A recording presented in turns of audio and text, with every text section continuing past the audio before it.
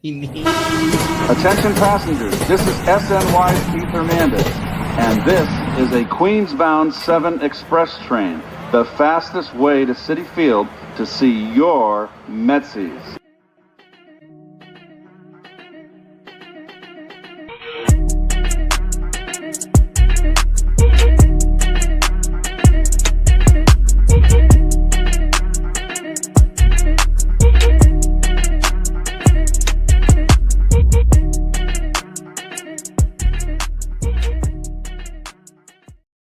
What up, what up, what up, what up, what up? It is your guy David from Top Bunk Sports, and we are here with another 7 Express Live. I am here with my guy Amish and AP. AP's kind of taking care of something, so he's going to be on mute for a couple seconds or so. Forgive me for everything today. I mean, it could be worse. You could be related to Kanye today. Oh, yeah. Nothing's worse than that. What up, Amish? What up, what up? It's been a minute. Good to be back. Welcome back, and shout out to Chris who couldn't make it, but obviously we're showing him love and support as always. But let's get right into it. We're not gonna waste no time. The Mets took care of some nice sweeping business at home against the St. Louis Redbirds, and to be honest with you, this is as good as we've seen this offense. I'll throw it to you, Amish, first. Give me your takeaways on the offense, on the pitching, and the overall performance of the team.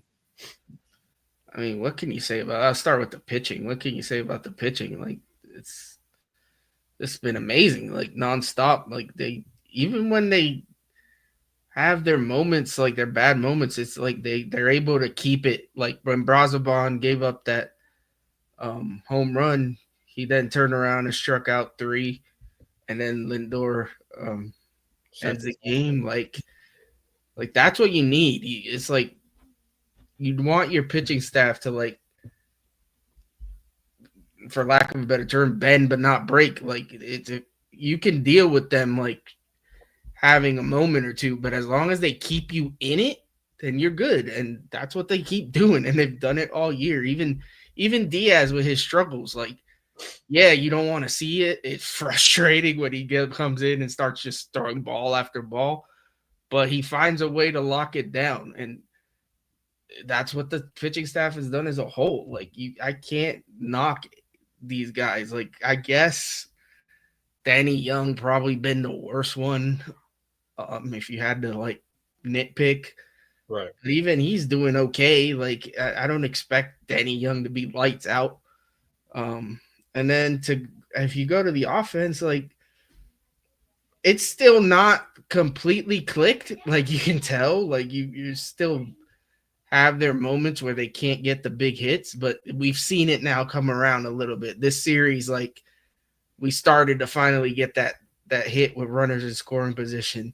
Soto is starting to heat up. You see it. He's getting more comfortable. He's coming up with the big hits. Lindor's hitting in April, guys. Like, what the hell? Who is this Francisco Lindor? Like, it's funny that you bring that up, because if we look at this graphic real quick about Lindor, I put a little graphic. Just these are his April stats now. That's insane. He's going off. Like, you got to really tip your cap to the guy. He hasn't done that in his career here. He really in Cleveland too. He struggled in April a lot. Yeah. So it's just been his MO. Like, and that's why I've never really been the guy to, like, bitch about it. I know people get frustrated and some people go over the top, and they were calling for him to be gone and this and that in the past, but I've never been that kind of guy. And then to see him perform the way he's doing this April, like, if he keeps that up all season, that you got another MVP caliber year from the guy. Like, and then, I mean, Pete Alonso, the dude is playing like an MVP right now. He's just, teams can't get him out. Like, he's locked in. And again, like I said, Soto's finally starting to click. Acuna's hitting. That's great. We're still, I mean, Beatty, he's been a little better, but he's Beatty. But, so we still got some struggles, but we're getting there. You can see it starting to come together. And The other thing I wanted to just add is obviously the atmosphere, and you were part of that. I think you went to at least a game or two. Three games the week, Oh, Friday, games. Saturday, Sunday. Yeah. Nice. So, like, the atmosphere in that stadium, the players are obviously feeding off of that. Like, it's helping. The fans are answering the call, man. Steve kind of threw down a little bit of a challenge before the season, saying like he wasn't happy with the attendance last year, especially down the stretch. And to be honest, I mean, you can't. You can see it both ways. Like, obviously, it's expensive to go to games. Right. It's not easy. Like, the team got off to a weird start last year, so people, I don't think, fully bought in. But this year, people are bought in, man, and it's amazing to see April crowds like that. Those are October, September, October type crowds, and they're out. Yep, and they're out. And this series with the Phillies should be pretty hype.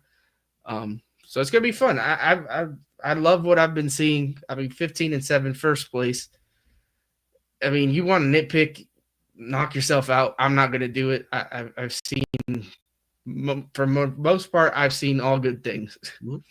I mean, I think what impresses me more too is this guy right here, and I think you kind of spoke about it, but I think he deserves his flowers in almost every conversation you talk about when it comes to the Mets and specifically the hitting. It's this guy right here. I checked something up before, like 2 hours before we started recording. You know, in April, he struck out 23. I'm gonna tell you to just play along real quick. Last year, he struck out about 23 times in April. What do you think that number's up to right now?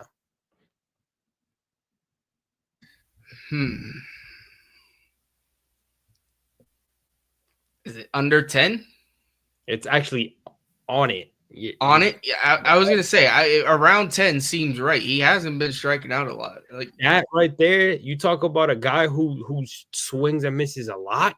The discipline from Pete Alonso this year is like, I really got to tip my cap to whatever work like he did in the offseason. The discipline at the plate for him, it's really impressed me. And it's like I've said before, you know, to you guys and during in spaces, the strike zone right now is so super wide for him. Like, everything that he's seeing is just going off his bat. The home run that he hit on Saturday in the 8th inning, he literally went to go grab that ball and hit it upper deck. Like, if that's not impressing you, I don't know what is with this guy. So, you know, right now he's proven the doubters wrong, and you really, as a Met fan, you really got to be impressed, because we didn't know what Pete Alonso we were gonna get. I think a lot of fans were going into the season really scared in terms of what you were gonna get from Alonso because of the last 2 seasons and his struggles. So it's pretty dope to see. I think the best part about it for me was how disciplined the pitching was as well. You paid attention to the pitching all 4 games. I mean, it goes from Griffin Canning. Griffin Canning is another guy where you looked at that Thursday game, and he kept the Cardinals quiet. You're talking about a guy that went 6 strong. He got up to 100 pitches, got 6 strikeouts, attacked the strike zone. His fastball was on fire. This is a guy that was 5-13 with an ERA in the 5s last year with the Los Angeles Angels. He comes to the New York Mets, and that pitching lab proves to help him. Look at Tyler McGill. Tyler McGill's off to a great start. A guy that I didn't even want in this rotation. And again, he's going in here. He's proven that, you know, if he could stay consistent, he could be worth it. The pitching right now to me is the best part of this whole thing. And I love the lineup. I love how consistent the lineup is and how more consistent it'll get with Juan Soto kind of heating up little by little and everything like that. But the pitching, for so much negativity that it got, and we don't even have half our guys like Sean Manaea and Frankie Montas. Like, imagine what those guys could possibly do. And I know people have their ups and downs about Frankie Montas, but who knows what that pitching lab could do for him. And you know what's a nice thing too is, like, I think some people came into the season like thinking that at some point in May or earlier in the season, May, June, that we would have to see guys like Sprout and maybe Tidwell and guys like that. And the way this pitching staff is pitching, like we might not, I mean, unless injuries, knock on wood, but if they keep pitching the way they're pitching, we might be able to let those guys keep develop. Like we don't have to force them to come up because our pitching staff is doing what they need to do. We don't have to make kids come up quicker than they might be ready for when your pitching is just fine. And then if you get Montas back and Manaea back, like, I mean, Montas, I'm not too heavy on. Like, we don't know what we're gonna get, but I'm hoping Manaea will be like somewhat what he was last year. Right. It's just the matter of getting him back. But yeah, man, I've been happy with everybody. Like, I haven't been like, there's not one starting pitcher that I have complaints about right now. They're just all pitching just well enough, and that's all that's needed right now. Especially Senga, right? You talk the guy literally comes back last year, gets hurt the same day he comes back, and then you don't know what a pressure situation like the playoffs could do to a guy. Mind you, he was thrown in 2 big pressure games twice and really didn't perform to the best of his ability. Do I blame him? No, because I don't think he needed to be put in that situation. If anything, that wasn't really fair to him to kind of throw him out there after missing all season and then being like, here, go pitch in the playoffs, bro. Like, come on. Yeah, right. So again, for him to kind of to show a little bit what he showed us in his first year in 2023, I think is really, really remarkable. You just hope that again he finds his consistency, which he has so far, and he continues to battle, man, because he keeps all his starts. I don't think he's had a start where he's struggled like that. Like the most that you could kind of say he struggled was in Miami, where even first game, even down 2 runs, he kept the Mets in it the whole way through up until he gave up that unearned double in the gap after the Lindor error. But other than that, he's been very, very solid. Again, if he continues this, you could be talking about him and Manaea being your 1-2 punch when Manaea comes back, and if Manaea comes back to what we know he can be. So it's pretty interesting. I was gonna get to AP, but obviously AP right now is struggling. So we'll move on to the probables for this series coming up. And obviously today's game at 7:10, we have Aaron Nola, who, if you look at that right there, that shocked the hell out of me, because that's not Aaron Nola, like, especially in the beginning of the year. So that's a very big eye-opener in terms of just what he brings to the table. But the Mets always kill him whenever he comes to Citi Field. So I don't think the Mets will have a big problem with him, but let me not jinx it, because then I say that and then he comes in here and he throws 7 innings and just goes wild. So you got Tyler McGill that's on the mound today, so I expect him to obviously have a solid outing based on what he showed his last outing. Then you have 2 pitchers right here that can give the Mets trouble. And they have given them much trouble in the past. You got Christopher Sanchez, and you got our old friend Zach Wheeler, who the Mets can't seem to hit at all. So Amish, give me your opinions on the probables for the Philly series and how you think this outcome could be for the team in general. Yeah, I mean, it's tough, man. You got your back end of the rotation going up against their front end of the rotation. Mm-hmm. Granted, Nola, like you said, we've hit him in the past, and obviously he hasn't pitched well so far. But when I see that from guys like Nola, the thing that scares me is, like, is this the game that he finds it? Like, right. He's pitched crap, but is this the game that he finally gets his shit together? Like, that's what you worry about a little bit. But the Mets historically have been able to hit him, so I feel decent about that. Obviously, the Phillies have a decent lineup too, so having our back end of the rotation is a little scary. Right. Not gonna lie, but I can see us taking 2 out of 3. I can see us losing 2 out of 8. To me, it could go either way. Like, I don't think we're getting swept. I don't think we're sweeping them. It would be nice. I just don't. I don't really. I've said it before. I don't really like to predict sweeps anyway, but especially in a series like this, the matchups just don't really favor us right now. But the way the Mets are playing, though, you never know. Like, listen, before that Cardinal series, all I kept seeing was, oh, the Mets pitching hasn't faced an offense like this, blah, blah, blah. Like, and they go there and they shut them down. Like, they shut them down for 4 games. Let's be real. So people talk a lot about our pitching, but our pitching keeps stepping up. So hopefully it's another series where the pitching surprises people again. And maybe eventually they won't surprise. It won't be a surprise. Like, people will just be like, all right, these guys are good.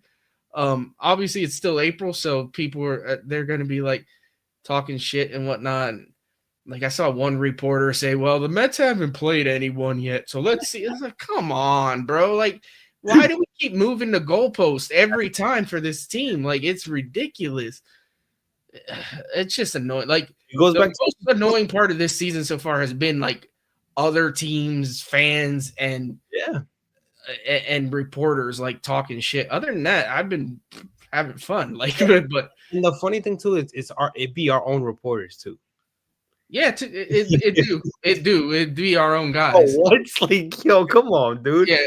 Well, they know what gets clicks, and when you like enrage the Mets fan base, it just like goes crazy. And then you got the idiots on the radio that, I mean, talking about booing Juan Soto after freaking a couple weeks. Like, don't guys like that shouldn't. I don't understand how guys like that have a. I mean, I guess it's because they do get the engagement, so that's how they keep their jobs. But guys like that, there's far better people with far better opinions that I think could be on the radio over guys like freaking Sal Licata. I'm just gonna throw that out there. Like, of course, if you listen to that garbage, like, you're wasting your time. But yeah, that's it. That's all that's really bothered me this season is idiots like that talking shit. But right. I think we got as good a shot as any to win this series. And if we do, I mean, that puts us in pretty good shape. Like, we're already, I think, 2 games up on them. I know it's early in the season to be scoreboard watching and standing watching, but it matters. It matters because late in the season, if it could come down to a game or two. So games like this, series like this against your division rival, it matters. And especially with the Braves not really clicking yet and them having injury issues, like, you want to bury them as much as possible because they're always a team to be wary of. So yeah, man, you just got to keep doing what you're doing. And I'm excited. I can't wait for this game to start. I really am excited for this series. This is the first series other than like the like opener and whatnot that I'm like really pumped for. So yeah, I mean, this is a true test.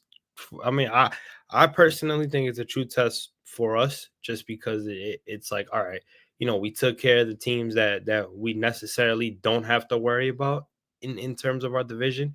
Now it's down to the real beef. Like, now it's our first game of the divisional series where it's like a team that we got to worry about because obviously we don't really got to worry about the Marlins like that. But now it's like, you know, the Phillies have a lot to weigh in when it comes to us, how last year played out, us eliminating them in the division series. So they're coming here for blood. Like, they're coming to pay back some message. And the Mets is kind of like, and the Mets, on the other hand, are kind of in the same boat in terms of, listen, we owned you guys last year. Y'all took the division. We're not here to win a wild card. We're here to take the division. We got a superstar here now. Yeah, he's not playing in the superstar caliber right now, but he's turning the page little by little. Like, wouldn't it be nice if this is the series where he just like goes off? Like, he goes, I start getting bombs and goes nuclear. Like, that would be amazing. I mean, I don't want to put that on him right now, but that would be such. You could see it coming. Like, he's getting there. He's finally getting the hits in big spots. Like, he's getting there. It's just a matter of time. And it was always a matter of time. Like, people that were freaking out about Juan Soto, like, made no sense to me. Like, what? Juan Soto's AKA slump was better than most guys in the major leagues. Like, what are you people smoking? Like, it's just so frustrating. It's like, do you not know any ball? Like, why are you commenting? This dude was slumping, but still had an average of 278. Like, yeah, that's a slump. Yeah, okay. His on base percentage is like the 400. Like, what are we talking about, man? This is just ridiculous. It's the same idiots that bitch about Lindor. At least his numbers made it was. I could give you his numbers were bad, but like how many times did he have to prove that he heats up once it comes May, June? Like he's a totally different player. That's been his. People didn't want to see it, but hope now and then instantly they moved on to Soto and bashing him. It's like, come on, like It's that money talk, dude. It's that money talk. Yeah, it's the money crap, whatever. It's that money talk. They want to hold them to every high standard because he is the highest paid athlete in sports. And it's just like, dude, why can't somebody just get his money without being critiqued about it? Like, you want to critique him on his game because that's what he's doing. But why you always got to bring money into the situation? That's my thing with Lindor. Like, Met fans that were always critiquing him were always bringing in, well, we got to pay him $300. It's not your money. It's not your money, brother. And yet, when you look at like the Fangraphs that does like valuations of like how much a player is worth, he's playing over like his he's underpaid technically if you look at those numbers. Like, right, people are talking about it, it's like, come on, man. Like, it's just, I don't know, whatever. It's stupid, but I'm glad we have those guys. Like, that's all I guys like. I'm glad they're on my team. And now with Alonso hitting the way he's hitting, if we can get anything out of the bottom of the order, we're fine, man. And now we're going to start getting, I mean, I don't know how it's going to switch up the dynamic, but we are going to get McNeil back. We are going to get Alvey back. It changes things, man. It really does. And we'll see how it all plays out. Vientos, hopefully, it looks like he might be available off the bench tonight. So it looks like we dodged a bullet there.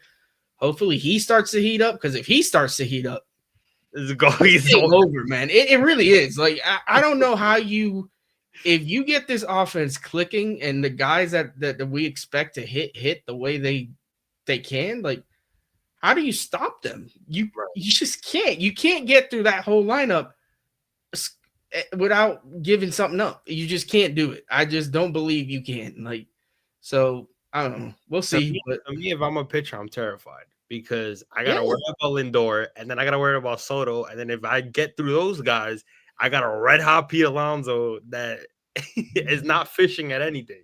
He's disciplined as fuck. So you're not getting the Alonso from last year. This is a whole different Alonso that's heating up right now. So, man, if we could get Nimmo to wake the hell up, oh yeah. Come on, like that's a game changer too. Like that's what's amazing about where we're at right now is nothing has really gone to plan. Yeah, at all. Like with our offense. Our pitching, I mean, it hasn't really gone to plan either. Most people expected our pitching to struggle, so it's been flipped. But if we could get the pitching and the hitting to somehow like coincide and like both get hot at the same time, look out. Crazy thing is you spoke about how if this bottom of the lineup could get hot, Tyrone Taylor's hitting the shit out the ball too. Mm-hmm. That's one guy that's starting to heat up little by little. Luis Torrens is starting to put the barrel to the ball now, little by little. Like Luis Angel Acuna has an average right now of like 3 something, and in his last, if I'm not mistaken, I think they said like last 10 games or so. Like he's starting to heat up as well, and it's starting to be scary for a lot of people. Luis Angel Acuna is getting to that point where you're like, I feel like you got to think about, like, when do you stop messing around and just let him cook and play every day? Like, I know that's hard with the guys that we have, but you really got to think about it, because if he's going to play that way, like, how can you bench him? Like, I don't see it. Yeah. I mean, and it just sucks that Beatty's getting hot too. He's starting to hit the ball now. It's a good problem to have, but it's like, you got to make a decision somewhere. Like, somebody's got to sit. I mean, listen, if it was up to me, Acuna's in, Beatty's out. And there's no disrespect to the kid, but you know, you had your opportunities before you started hitting the ball, and it's like you got to make a decision. Business is business. These are all grown kids. They know the business aspect of the game. They understand that, listen, sometimes decisions got to be made. Acuna's proved it a little bit more, man. And again, you don't know what you're gonna get from Ronnie. That's another kid that I was just about to say that. I'm like, and then we got Ronnie kind of lurking. He's starting to like do his rehab. Like, again, great problem to have. But if these guys are all gonna hit, we got to do. I mean, they're gonna have to move somebody at some. I mean, it's early yet, but they'll probably wait till later in the season. But you can't play all these guys. Like, if they all deserve to play, you just can't all play. And you got Jet Williams doing all right so far in the minors too. Like he's working his way up. So it's like, and they all play the same damn position. So we got my guy Chris in the building. What up? Appreciate you always, bro. It's all good. No worries. We might even AP might not even get a sentence in here. I was gonna say I don't know if AP is gonna make it either. So yeah, it's a 2-man show today. It's all right. That's a Derek. He says LGM, bro. Yes, sir, man. The vibes are high right now, and I don't know, just playing a division team that is kind of right there next to you. They're also winning. They're not playing bad baseball at all. It gets you pumped. Every time we play the Phillies, man, I start getting more anxious and more excited because I can't stand the Phillies. Like that's a team that if I could just eliminate out of my division, I'd rather keep the Braves than the Phillies. I just can't stand the Eagles. I can't stand the Phillies. I can't stand the 76ers. That entire state of Pennsylvania, bro, it just they irk my soul. No, 100%. I had some of the kids talk about that they went to Philadelphia. It's like I dislike this city so much. Also, apologies for everybody. I've been the invisible man today because it's 6:00 and my kids have kidnapped me. So please send help. Send help. This is an SOS. I probably only got 2 seconds before I could back to mute. But in terms of the Phillies, F them forever. The Phillies pitching is gonna their pitching is gonna be tough. We got Nola, followed by Sanchez, followed by Wheeler. So we know that pitching, they're bringing their A game to the series. So this is going to be the earliest, toughest test that the Mets have faced all year.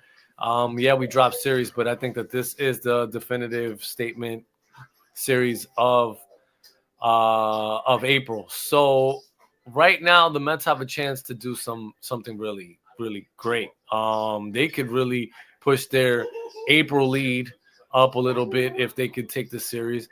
I don't know. It's really early in the year for this to be like a statement because it's not like everybody's playing like September baseball, but it's a good barometer to see where we stack up with the second team, our rival right now, throwing their best pitching, knowing that our hitting isn't clicking on all cylinders and we're missing some pieces, and especially in our pitching side. But I think that if the Mets are able to take the series, let's say, it sends a statement to the other team. If we lose the series, it makes them feel good about themselves too. So like it's tough, but we ultimately got to show up, and I think that where the Mets can make a big statement is in a couple of bats. I think Soto can make a statement here. He was the big offseason acquisition, and his bat seems to be coming. It came alive and against that St. Louis series. If he could continue to get on base and do what he needs to do, that'd be great to see. Alonso's been on a tear. He's been really good against Nola. I hope that those numbers continue. If he could do what he's been doing. But I love to see the young kids, the Acuñas, the Beattys, continue to show a little bit more and make sure that we have more depth in this lineup. I don't know. This series, like Amish said, you can see it go any way.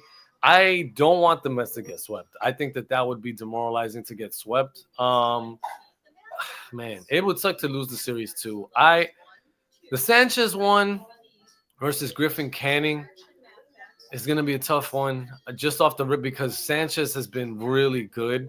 And Canning's been solid. So that could be a potential swing one. Having Wheeler, the 1:00 game, he's been really good since we remember in day games, and it's at City where he does good too. So this series, man, it's really going to be one of those series that I can't really call. It could go either way. I think that the X factor for the Mets is going to be how good they are at working counts and getting the Phillies starters out of the game so they could get to the pen, because the Phillies pen is just a crapshoot. You had the Phillies reporters like literally crying because they choked out that Marlins game. They were acting like the Phillies got eliminated yesterday. I was like, wow, that's crazy. So if we can make them cry, that'd be great. I love watching the Phillies post game when those dudes lose. Yo, it's Oh, the best. and that is my favorite TV. I sit there and I'm like, I can't wait to watch Philly highlights. I'm like, You that is remember my favorite part of the day. 2022 when we were down like 7-1 in the ninth inning and we made that improbable comeback. I had my mother go to the deli around the corner of my house to get popcorn, and she thought I was watching a movie. She comes back in and she's like, "Why? What are you watching?" I was like, "A post game." She was like, "Is that why you made me get popcorn?" I was like, "Yeah, I'm watching my rival team dropping their It's must-see TV. Those guys cry so hard. But look, this is my key to this whole series. The Mets making sure that they're getting their starters out. If they get into the 7th or 8th inning and they got a big lead, it's I don't see the Mets winning. The formula has to be the Mets have to get these guys out, keep the game close, try to have a lead preferably, but the starting pitching is going to be tough. So the Mets keys to winning the series to me, make sure you work the counts, get these starters out, preferably 5th inning, no later.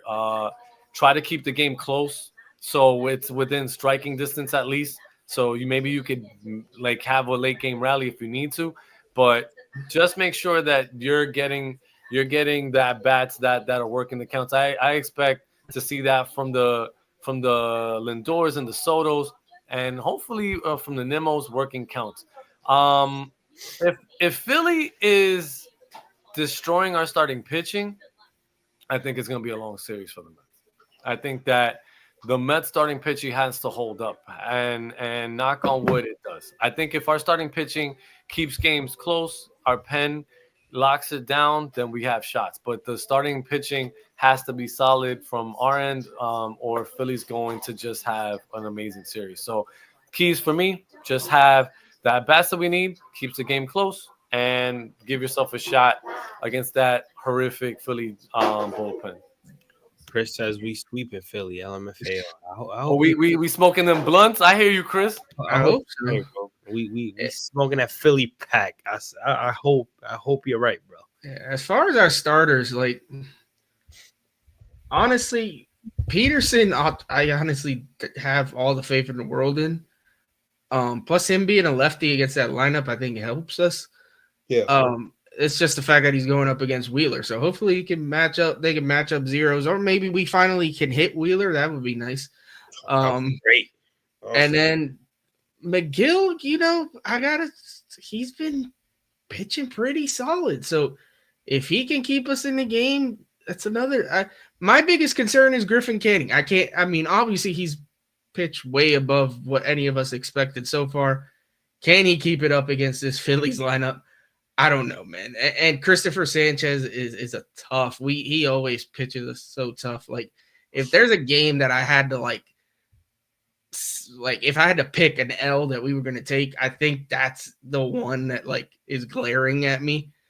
But yeah, if you can, and Deron Rivera makes a good point in the comments. You can play good defense. You can't give extra outs to that lineup because they will kill you. And we know that. We've seen it. And that's the one thing that I've liked of the way we've been playing lately. Like the games have been clean. And that's something. We were winning games earlier in the season, but we were playing some sloppy baseball. It was frustrating at times. So to be able to win games clean and just feel good after a win and not feel like, yeah, we won, but that was not pretty. So if we can keep that up, that'd be great. So, yeah, man, again, it can go either way, but we'll see. It's going to be a tough series. It'll be fun. I think the funny thing about that is like it almost feels like the defense takes its cue from Lindor. If Lindor is playing lights out defense, it almost feels like everybody else is playing lights out defense. So I'm looking forward to a really and I think both teams are going to get up for this series. Yeah, I mean that goes back to my point in terms of what these two teams are playing for. These guys know how important this game is, regardless if it's early in the year. They know a divisional game is a divisional game, and it's important. It helps you in the standings. It helps you build off of that. The Mets could take 2 out of 3 and then go on a big run just on the impact of this game. You know what I'm saying? And the same could go for the Phillies. So this is a very important game, no matter how early it is in the season. And it's a statement game. It kind of puts your team in a situation where it's like, if you win this series, you're sending an early message, like I said, to that team that is chasing you, or the team that you're trying to chase in that division. So again, it's gonna be an all-out brawl. Especially when you know they got a chip on their shoulder after the way that the postseason ended. Like even though it's a new year, that's still playing in their minds a little bit. Like it's bullshit if they say it's not, because it obviously will. So yeah, they're gonna come in wanting to make a statement, and we gotta just answer back. Like that's just the way it is. So yeah, it'll be fun, man. I'm looking forward to it. Almost game time, so yeah, I want to wrap it up whenever, but yeah, AP seems like he got his final words in there, so I'm gonna let him be. He's obviously dealing with the kiddies today, so it's a pretty hectic day for him. But Amish, any final words before we wrap it up? No, man, let's go Mets. Let's get this. Just win the series. That's all I care about. Keep winning series. Like I don't. Sweeps are nice, but it's not necessary. Just go out there, take care of business. It's obviously not going to be easy. Right. We've talked about the reasons why. So yeah, let's just get that dub, and let's go Knicks too. Let's not forget about our Knicks. So hopefully they get that W tonight. Game two, yes sir. But appreciate you, bro. Always. Shout out to you. Shout out to AP, and shout out to Chris, who's watching. Like I said, I couldn't be here. Shout out to all the Met fans, man. Again, we playing really good baseball right now, and hopefully with this important series against the Phillies, we keep it going. Hopefully the pitching continues its success. And again, it's only April, but we're playing. And I just wanted my fault, Top. I just wanted to apologize, man. Obviously, anybody that has children knows it's tough. This 6 o'clock start for this show was tough, but you know what, the Mets have been doing a lot of winning without being on all cylinders. So just want this to be, I don't want any stupid mistakes. I don't want any anything taken away from like the good vibes in City. So I just look forward to crisp, smart decision baseball. Let the cards fall where they may. Just play really good baseball. I don't want to be frustrated. I don't want the Mets are 1 for 1,000 with runners on scoring position, because I will lose my mind. Just play smart baseball, please. Like if you're in a game with a team that could score runs. So for the love of God, if you have to play small ball to get guys over, do it, man. Just do what you need to win. That's all I ask. Like I don't want to see like anybody trying to play hero ball. I just want to see people doing what they need to do. That's all I ask. Let's go Mets. Absolutely. Let's go Mets, man. Again, shout out to Mets Nation. Shout out to all the Met fans that show us love and support. We will see you guys on the next video. I'm your guy, David from Top Bunk Sports. We'll catch y'all, man. Peace out. This is SNY's Gary Cohen, and this train ride is over. This is the last stop on the train. Please exit onto the platform. Thank you for riding with us.